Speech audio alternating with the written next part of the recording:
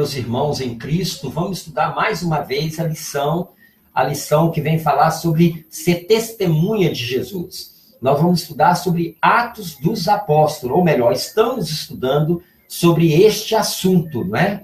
E há uma grande preocupação de Jesus com relação a questões dos tempos que são reservados ao Pai.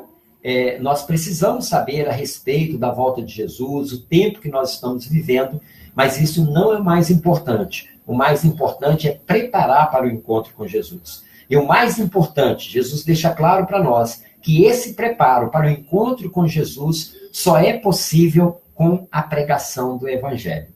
E assim como os discípulos receberam poder, assim como a igreja primitiva recebeu poder, nós também receberemos virtude, poder do Espírito Santo para testemunhar a respeito de Jesus, tanto no nosso lar, como nos nossos vizinhos, com aqueles que não gostam de nós, e também para todo mundo. Essa deve ser a nossa preocupação, essa era a preocupação de Lucas ao escrever o livro de Atos, né? E essa é a preocupação de Jesus. Isso é muito importante. Lembrando que o livro de Atos, juntamente com o livro de Lucas, foi escrito por volta do ano 62 depois de Cristo. Ou seja, tinha 30 anos já que eles estavam esperando aquela promessa no qual os dois varões falou para os galileus quando Jesus estava subindo.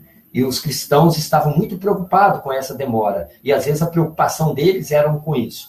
Tinha também o perigo, naquela época, dos gnósticos. O que eram os gnósticos? Os gnósticos acreditavam que o corpo físico de Jesus não era real, mas apenas aparentava. Ou seja, isso era muito perigoso, porque isso colocava em choque a missão de Jesus.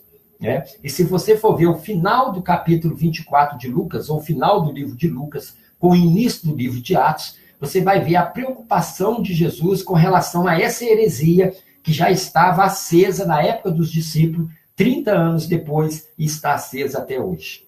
Cuidado aí com o arrebatamento secreto, que ela representa uma parte dessa doutrina dos gnósticos, porque Jesus vem de uma maneira clara, real, como pessoa, da mesma maneira que ele subiu. Então, é isso que nós devemos pregar, né? E eles foram testemunha disso. E eu separei os paralelos, alguns paralelos entre o livro de Lucas e o livro de Atos, que exemplifica isso que eu acabei de dizer. A preocupação com a heresia gnóstica e a ameaça da época. E é uma ameaça para nós hoje também. Lucas 24, 42 está escrito assim: então eles apresentaram-lhe parte de um peixe assado e um favo de mel.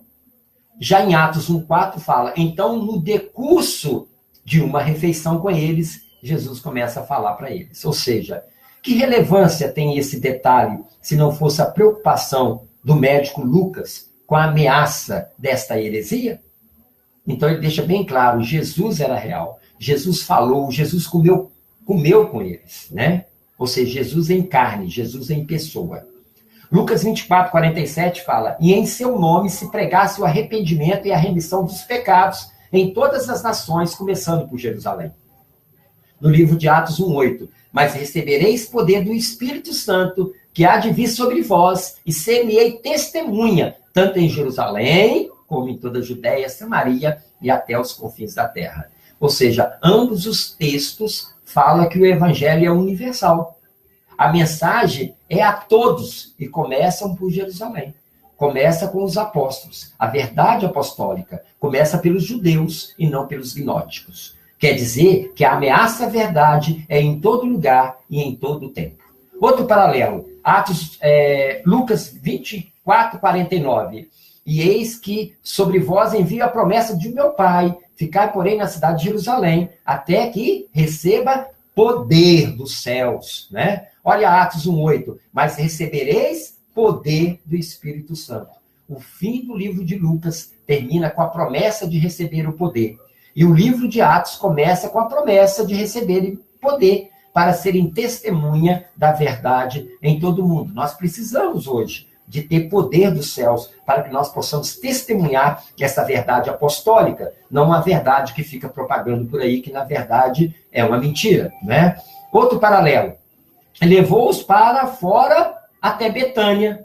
Está em Lucas 24:50. Abençoou e foi levado ao céu. Em Atos 1:9 fala isso também, que ele foi levado às alturas e uma nuvem do céu ocultando-o dos seus olhos. Então, de volta, uma ideia de um Jesus que sobe corporalmente para o céu, com a promessa de voltar da mesma forma, contrariando a heresia gnóstica com relação à natureza de Cristo. Alerta aí a você que acredita no arrebatamento secreto, pelo amor de Deus, né? Isso aí é uma roupagem dos gnósticos daquela época, que era uma ameaça à verdade, e continua sendo uma ameaça hoje. E disse-lhes, assim está escrito, outro paralelo, e assim convinha que o Cristo padecesse e ao terceiro dia ressuscitasse dentre os mortos, 24:46. A mesma mensagem pregada por Pedro lá no capítulo 1 de Atos e no capítulo 2, e um pedaço do capítulo 3, não é isso? Pedro estava pregando aquilo que Jesus tinha ensinado. Então, a pregação de Pedro em Pentecoste era aquilo que ele estava testemunhando, foi o que tinha aprendido com Jesus durante 40 dias, né? Que contrariava toda a heresia, né, dos gnósticos daquela época. Então, Lucas escreveu para quê? Lucas escreveu isso, lembrando que Lucas escreveu depois que os discípulos tinham morrido. Né? Então, por que Lucas escreveu? Lucas escreveu para preservar essa verdade para a posteridade, para também chegar à nossa época, e chegar à época de quem recebeu esse escrito de Lucas daquela época, porque já tinha 30 anos que eles já estavam esperando Jesus. Né? Porque Lucas, Pedro, Teófilo, né, não estariam vivos, nem naquela época, os 30 anos depois, nem hoje em nosso meio. Então, deixou para a prosperidade. Simplificando, né, toda a história do final do capítulo Lucas é a mesma. É como um filme de série. Né? Quando você vai para a série seguinte, ele repete uma parte do final do último que você assistiu. Então, Lucas é um pedaço daquilo que tinha passado. Os primeiros versículos do livro de Atos é a mesma coisa, é o mesmo fato, o mesmo contexto, a mesma reunião que estava no final do livro de Lucas. Ou seja, lembrando, Jesus ressuscitou, não era isso? E naquele domingo, 2 dos seus discípulos estavam indo a caminho de Emaús, que não eram os apóstolos.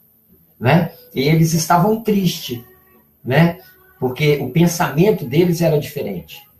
E já tinha uma onda já de não acreditar na ressurreição corporal de Jesus. E Jesus prega para eles. O coração deles fica ardendo. E eles chegam em Emaús, eles voltam para Jerusalém. E ali em Jerusalém, Jesus encontra com eles. E todo aquele discurso do final de Lucas é o mesmo discurso do início do livro de Atos. Né? Quando Jesus comeu peixe, quando Jesus falou da sua missão, quando Jesus subiu. Está registrado no últimos versículos do livro de Atos, que também está no últimos versículos do livro de Lucas, e está também nos primeiros versículos do livro de Atos. Que Deus possa te abençoar. E você vai lá estudar. Estuda se você não vai enxergar essas coisas. Que Deus te abençoe e te guarde, hoje e sempre. Amém.